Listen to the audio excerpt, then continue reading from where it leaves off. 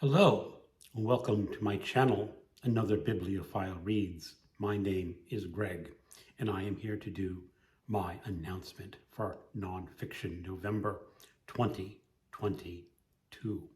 And this is an event created by Olive at a Book Olive to encourage people to read more nonfiction than they usually do. I read so far this year 27 books of nonfiction, so that's a little less than 3 nonfiction works per month. Now, Olive has created some prompts to encourage people to pick nonfiction books. You don't have to follow these prompts at all. You can completely ignore them. You can follow some of them and ignore others. It's completely up to each person to decide what they want to do. All you have to do to participate in Nonfiction November is read one work of nonfiction. That's all you have to do. The rest is completely optional. However, I am going to follow along with Olive's prompts, or at least try to. Now, these prompts are 4 simple words, and you can interpret these words any way you want to help them fit your nonfiction choices. And those prompts are record, element, border, and secret. And if you look at Olive's Storygraph page, you will see that she gives some explanations and some examples of what these prompts can be.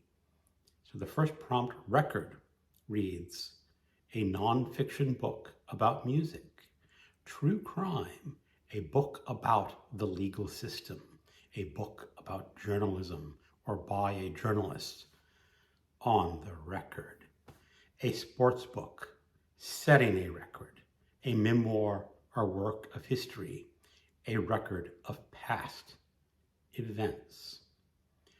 So the book I have chosen is going to follow about the legal system, and that is American Crusade, How the Supreme Court is Weaponizing Religious Freedom by Andrew L. Seidel. Excuse me. And I'll read some of the publisher's summary. Is a fight against equality and for privilege a fight for religious supremacy? A constitutional attorney dives into the debate on religious liberty, the modern attempt to weaponize religious freedom, and the Supreme Court's role in that crusade. The author looks at some of the key Supreme Court cases of the last 30 years and how a hollowed legal protection, religious freedom, has been turned into a tool to advance privilege and impose religion on others. Now, I am not myself a religious person, but I like reading books about religion. And what the Supreme Court is doing gives me pause for concern. And I hope that this book is going to give me a little better clue about what they are doing. Prompt number 2, element. And her examples are STEM, weather or climate change, a book out of your comfort zone, inside or outside your element, a nonfiction book with many different elements, essay collection, graphic memoir, oral history. And out of that example, I'm going to focus on essay collection, although technically my book is a collection of lectures. And it is an audio book called Exploring the Roots of Religion by John R. Hale. This is a great courses audiobook. And the description, the publisher's summary is, what impulse drove ancient cultures to create sites like Stonehenge, Machu Picchu, or the pyramids of Giza? Why are we so transfixed by their presence today? And what do they reveal about our ancestors and humanity? The dynamic force of religious beliefs is responsible for some of the world's most popular and ancient locales.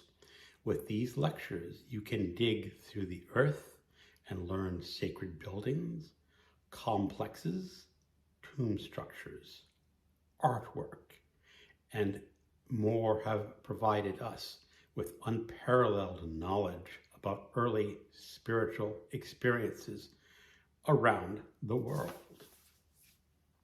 So that should be very interesting. Prompt number 3, border. International Relations, a translated nonfiction book, a memoir about an immigrant experience, art, interior design, crafting, a self-help book about setting boundaries. And for this, I am picking a book that I saw highlighted by Anna Novella. She did a review of this. This is Congo, The Epic History of a People by David Van Rijbroek. And this is the history of the Congo. It is translated from the Dutch, so it qualifies for a translated nonfiction work. But it's also about the boundaries of the Congo and how the people live in the Congo and people invading the Congo.